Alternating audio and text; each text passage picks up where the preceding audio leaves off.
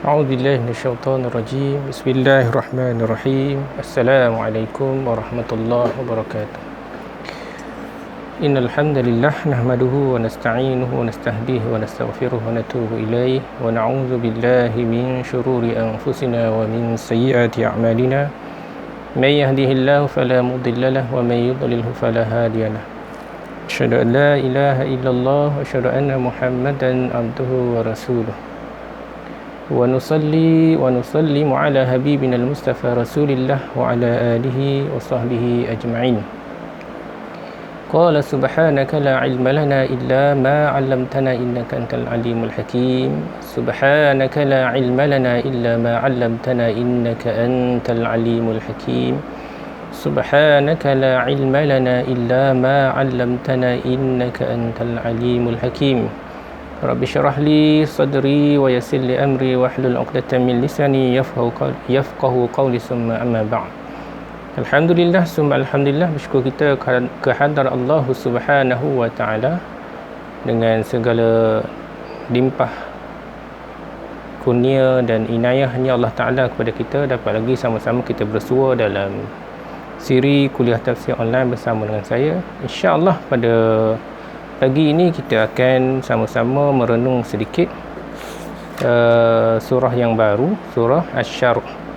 Surah Asy-Syarh. InsyaAllah kita sama-sama baca bersama dengan saya dan seterusnya kita cuba mengkaji, mentadabbur makna-makna yang terdapat di dalam surah Asy-Syarh. A'udzu billahi minasyaitonir rajim. Bismillahirrahmanirrahim. Alam nashrah laka sadrak ووضعنا عنك وزرك الذي أنقض ظهرك ورفعنا لك ذكرك فإن مع العسر يسرا إن مع العسر يسرا فإذا فرغت فانصب وإلى ربك فارغب Sadaqallahul azim. Alam nashrah laka sadrak, tidakkah telah kami lapangkan bagimu dadamu wahai Muhammad. Wa wada'na anka wizrak, dan telah kami ringankan daripadamu bebanmu. Allazi anqadha dhahrak, yang memberati punggung, yakni belakangmu. Wa rafa'na laka zikrak, dan telah kami tinggikan untukmu namamu. Fa inna ma'al usri yusra, sesungguhnya beserta kesukaran itu ada kemudahan. Inna ma'al usri yusra, sesungguhnya beserta kesukaran itu ada kemudahan. Fa idza faragta fansab, maka apabila engkau telah selesai, bangunlah bekerja lagi. Wa ila rabbika farghab, dan kepada Tuhanmu semata-mata hadapkan kerinduanmu. Alhamdulillah kita dah terjemah sedikit makna daripada ayat 1 hingga ayat 8 surah Asy-Syarh. Mari sama-sama kita tengok tafsirnya. Surah Asy-Syarh ataupun surah Al-Insyirah. Surah Al-Insyirah. Kalau orang Melayu dia suka sebut surah Alam Nashrah. Sebenarnya tak jadi masalah. Itu pun suatu panggilan nama surah yang betul, diterima. Diturunkan mengiringi surah Ad-Duha yang lalu. Surah ni turunnya selepas surah Ad-Duha. Sehingga ada sebagian ulama Islam menyangka bahawa surah ini sambungan kepada surah Ad-Duha. Surah ini dimulai Allah sejak dari ayat 1 hingga ayat 4 dengan menerangkan nikmat-nikmat dan pertolongannya kepada Nabi kita Muhammad sallallahu alaihi wasallam. Nikmat dan pertolongan yang amat perlu ada pada tiap-tiap pemimpin umat, terutamanya Rasulullah. Iaitulah yang pertama, melalui ayat 1 Allah mengatakan kepada Rasulnya Muhammad, tidakkah telah kami lapangkan bagi kamu akan dadamu. Dilapangkan Allah dada Nabi itu dengan memberikan petunjuk dan wahyu. Dengan petunjuk dan wahyu Allah itu terlepaslah Nabi kita dari keraguan dan kebimbangan yang menyempitkan dadanya yang mulia. Sempit dadanya yang mulia tu maksud dia mengenangkan betapa dia hendak berbuat kepada kaumnya yang sedang dalam kesesatan dan derhaka. Yang kedua, sempit dadanya yang mulia tu, sempitnya dada Nabi SAW tu mengenangkan ingkar dan kerasnya kepala kaumnya menerima seruannya kepada jalan yang hak dan utama. Inilah antara dua punca kenapa Nabi SAW berasa tidak tenang hati dia. Maka turunlah surah Asy-Syarr. Dengan ayat 2 dan 3 Allah mengatakan, dan telah kami ringankan bebanmu yang berat, yang memberati punggung, yakni belakangmu, sehingga berderet-deret tulang belakangmu hampir-hampir akan patah kerana beratnya bebananmu itu. Yaknilah bebanan dakwah, bebanan untuk menyampaikan dakwah. Sebagaimana telah diterangkan di atas bahawa hemat dan perhatian serta kemahuan Nabi kita hendak memperbaiki dan membawa kaumnya kepada jalan yang hak dan mulia. Sedang kaumnya itu hampir-hampir sampai ke tepi jurang kecelakaan dan kebinasaan, serta tidak pula suka ditarik dan dipimpin kepada yang baik dan mulia. Adalah jadi beban yang seberat-beratnya terletak di atas bahu Nabi kita, sampai terasa sempitlah oleh Nabi kita dadanya yang mulia mengenangkan nasib kaumnya. Itu keadaan, perasaan yang Nabi SAW hadapi ketika menyampaikan dakwah, terutamanya di Mekah. Beban yang sangat berat itu kerana sangat beratnya hampir-hampir mematah tulang belakang Nabi kita, yakni hampir-hampir tidak kuasa dan tidak sanggup lagi memikul. Kalau tidak lekah-lekah diringankan Allah dengan memberikan petunjuk dan menurunkan wahyu serta pimpinan ilahi, sehingga lapanglah dada Nabi kita dan terjauhlah perasaan putus asa dan putus harapan. Dengan petunjuk dan turunnya wahyu yang di masa perlu serta pimpinan ilahi itu, bekerjalah Nabi kita dengan sepenuh-penuh perhatian dan tenaga mengeluarkan dan membawa kaumnya dan umat sekalian kepada jalan utama dan bahagia dunia akhirat. Dalam masa 23 tahun saja, Nabi kita bekerja, kaumnya yang amat biadab dahulu dapatlah naik ke puncak ketinggian yang belum pernah terjadi dalam riwayat hidup di dunia ini. Manakala ayat yang keempat, Allah berkata, Allah berfirman kepada Nabi kita, kami tinggikan bagimu akan namamu. Apa maksud dia? Ketinggian nama Nabi kita itu tidak lagi seorang juga yang tidak akan mengetahui dan mengakui, sekalipun orang yang tidak beragama Islam dan sekalipun musuhnya atau musuh agamanya dari dahulu sampai kepada saat ini. Semuanya kenal apa nama Nabi kita, Nabi Muhammad sallallahu alaihi wasallam. Okey.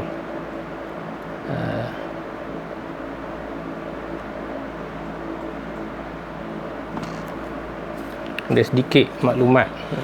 Dan kami tinggikan bagimu sebutan namamu, kata setengah ahli tafsir, berkaitan dengan wa rafa'na laka dzikrak tu maksud dia kami tinggikan sifatmu dan kami luhurkan kedudukannya di dunia dan di akhirat, serta kami jadikan namamu disertakan dengan namaku, yakni nama Allah SWT. Mujahid berkata, maksudnya yakni Allah tidak disebut kecuali kamu disebut bersamaku. Kata Qatadah, Allah mengangkat namamu di dunia dan di akhirat. Arti mana yang dah kita tafsirkan tadi dalam tafsir Juz' Amma ni. Tidak ada khatib, orang bersyahadah ataupun orang bersolat kecuali dia mengucapkan namamu. Kami bersaksi bahawa tiada Tuhan kecuali Allah, dan kami bersaksi bahawa Muhammad itu utusan Allah. Dalam hadis disebutkan Jibril mendatangi kamu lalu berkata kepada kami, hai Muhammad, sesungguhnya Tuhanmu berfirman, apakah kamu tahu bagaimana aku mengangkat sebutanmu Kami menjawab, Allah Ta'ala lebih tahu. Allah berfirman, jika aku disebut, maka kamu disebut bersamaku. Dalam kitab Al-Bahrul Muhit pula disebutkan, Allah menyertakan nama Nabi SAW dengan namanya dalam kalimah syahadah, azan, iqamah, tasyahud dan khutbah, serta dalam banyak tempat dari Al-Quran. Itulah maksud daripada huraian ayat yang keempat, yang saya ambil daripada kitab Safwatut Tafasir. Dalam segala apa jua pun yang jadi ketinggian dan kemuliaan manusia, menurut kemanusiaan adalah Nabi kita Muhammad orang yang paling nombor satu dalam hal itu. Belum ada sampai saat ini manusia yang menyamainya, apalagi akan melebihinya. Kan dah ada dah dalam kajian yang dibuat oleh sarjana barat, meletakkan Nabi kita ni, Nabi Muhammad SAW, dialah orang yang pertama yang berpengaruh dalam dunia hari ini, duduk nombor satu. Kalau diletakkan 500 orang yang tersohor yang berpengaruh, Nabi Muhammad SAW adalah orang yang nombor satu. Nabi kita hanya tidak tahu tulis baca, tapi ia akan menghairankan seluruh dunia dan jadi mukjizat kepadanya. Asbab daripada penurunan wahyu tu. Amat sayang dan amat menyesal umat Islam sendiri yang lupa akan bahawa batin yang akan merosakkan perasaan keislaman umat Islam seringkali mengemukakan pepatah-pepatah dan contoh-contoh yang datangnya bukan dari orang-orang Islam. Ini masalah kita dah. Kita suka mengagungkan orang-orang barat, tak kisahlah dalam apa jua bidang sekalipun. Sedangkan kita dah ada Al-Quran, kita dah ada panduan wahyu. Tak salah kalau kita nak ambil apa-apa yang baik daripada orang bukan Islam. Cuma janganlah mengangkat mereka tu lebih tinggi daripada apa yang dibawa oleh junjungan besar kita Nabi Muhammad sallallahu alaihi wasallam. Seringkali mengemukakan pepatah-pepatah dan contoh-contoh yang datangnya bukan dari orang-orang, dari bukan orang Islam, sedang umat Islam itu sendiri tentu tidak tahu bahawa Nabinya Muhammad dan khalifah-khalifah yang Rashidin tidak kurang malah lebih mempunyai perkataan atau contoh-contoh seumpama, malah melebihi dari yang mereka kemukakan itu. Biarlah mereka kemukakan contoh-contoh dari perbuatan orang-orang yang tidak Islam itu yang belum ada dahulu, sebagai bermacam-macam pendapat baru tentang pemeriksaan dari alam. Dengan ringkasnya kita katakan di sini tentang bahaya batin kepada perasaan keislaman umat Islam, iaitu dengan mengemukakan segala-galanya yang bukan dari orang-orang Islam asalnya, sedang dari Nabi kita sendiri atau dari khalifah-khalifahnya dan pimpinan-pimpinan Islam di zaman emasnya dan seumpama itu, adalah bererti sekurang-kurangnya membantu usaha pembenci Islam akan melupakan atau melengahkan umat Islam, memerhatikan tarikh, yakni sejarah atau riwayat ketinggian Islam dalam segala hal di masa zaman emasnya. Akhirnya akibatnya tentu umat Islam sendiri dapat merasa dan memaklumi. Sekarang pun sudah ada hasil atau bayangannya. Kita harapkan sangat mudah-mudahan umat Islam rata-rata insaf dan kejadian itu tidak berulang lagi. Baik, Syekh Jama'i beritahu kepada kita, di samping dia terangkan ayat 1 hingga ayat 4 berkaitan dengan apa yang berlaku ke atas Nabi SAW ketika dia menyampaikan dakwah, terutamanya kepada kaum Quraisy di Mekah, merasa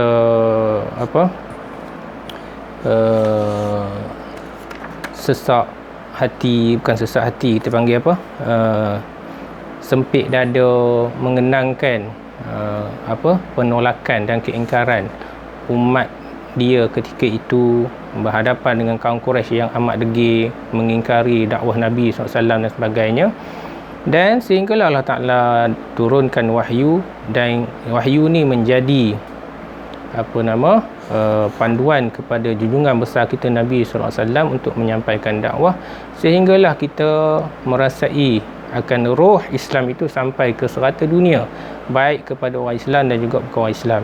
Cuma dalam ayat ni Syekh Jama'in ambil sedikit teguran kepada kita supaya kita ni dalam keadaan berhadapan dengan dunia moden hari ini, janganlah terlalu mengagung-agungkan barat, sarjana barat, pemikir-pemikir barat dan sebagainya, sehingga kita melupakan sejarah kehebatan Islam itu sendiri. semenjak daripada zaman Nabi SAW, seterusnya kepada Khulafa Ar-Rashidin, seterusnya kepada kerajaan Bani Umayyah, Abbasiyah dan sebagainya, semuanya terkandung pada kita khazanah ilmu, peradaban, sains dan teknologi dan sebagainya yang terlalu hebat. Sepatutnya kita kenang-kenangkan, ambil panduan, kita sampaikan kepada generasi akan datang yang kita ni merasa izzah kepada Islam itu sendiri, di mana kata Sayyidina Umar Al-Khattab, nahnu qaumun a'azzanallahu bil Islam mahma baghaina ghairal Islam azallana Allah. Kita ni satu kaum yang Allah Ta'ala muliakan kita ni kerana Islam. Tak, jika sekiranya kita mengambil selain daripada Islam, maka kita akan jadi umat yang terhina. Daripada itu, marilah sama-sama kita ambil pengajaran. Sekadar itu saja, wallahu alam. Aku li qauli hadza wa astaghfirullah. Kita akan sambung semula pada siri yang akan datang. Wabillahi taufiq. Wassalamualaikum warahmatullahi wabarakatuh.